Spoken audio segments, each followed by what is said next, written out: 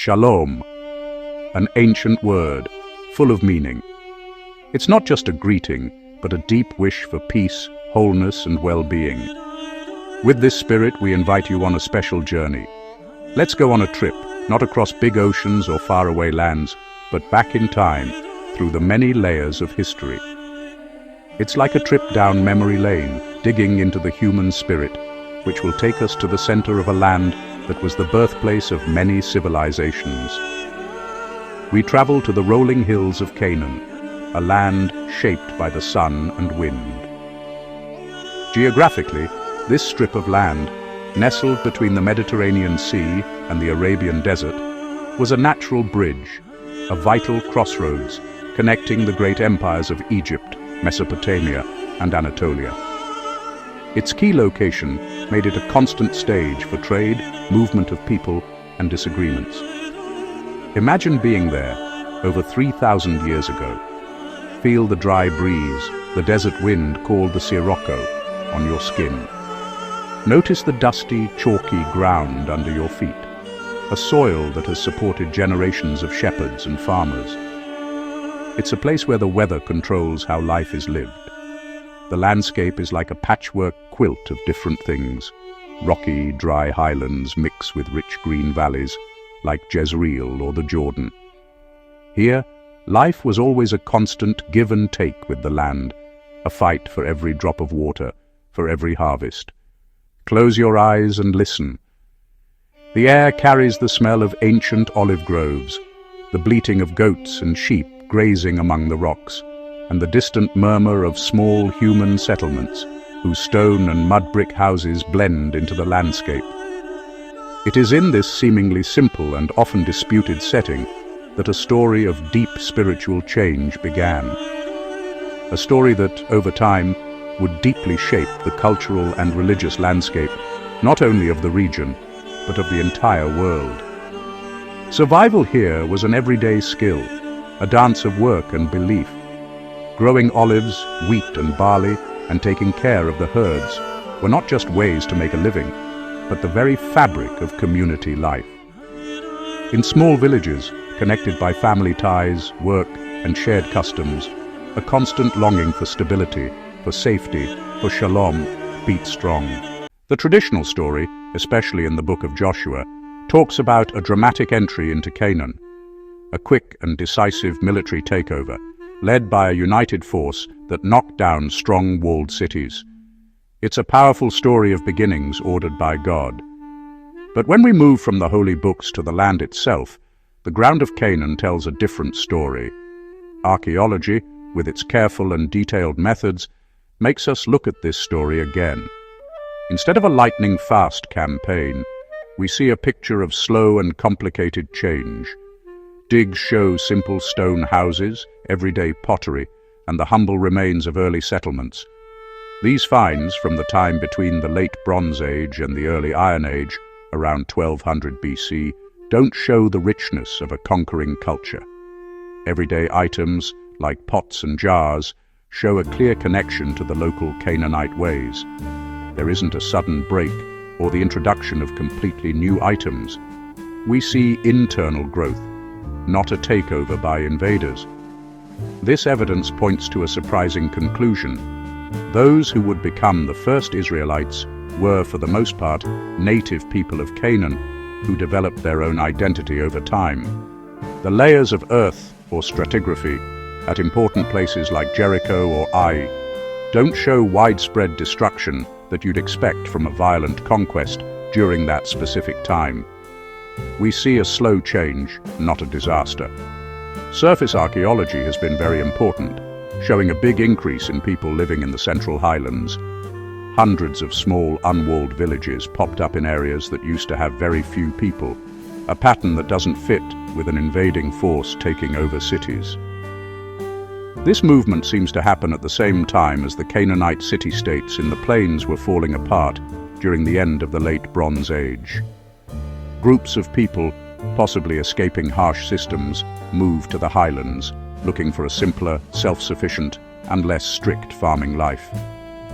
The Iron Age I brought big changes to the highlands of Canaan.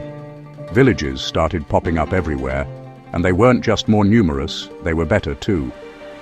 The four-room house was really good for big families and their animals. Everything looked the same, which shows that people worked together and shared the same way of life.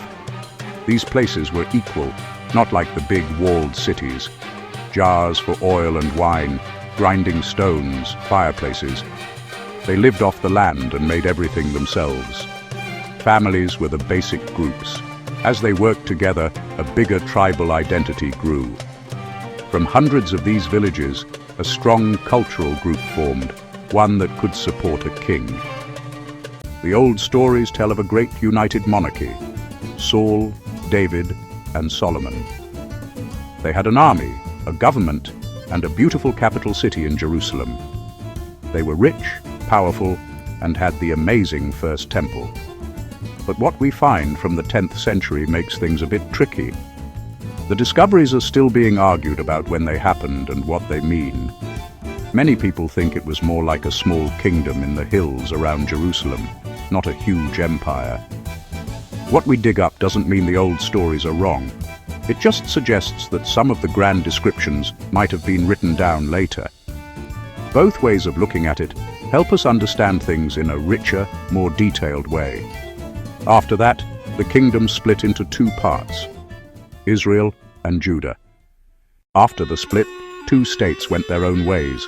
Israel was bigger, had more fertile land, and more people. It was rich and powerful, with its capital in Samaria. But it had unstable rulers and many different places of worship in Bethel and Dan. Judah was smaller, more isolated, and more uniform. Its land was drier, and it had fewer people. It was stable because of David's family line, and its main place of worship was in Jerusalem. Many old writings were put together from Judah's point of view. Both were under the shadow of rising empires. A clash was bound to happen.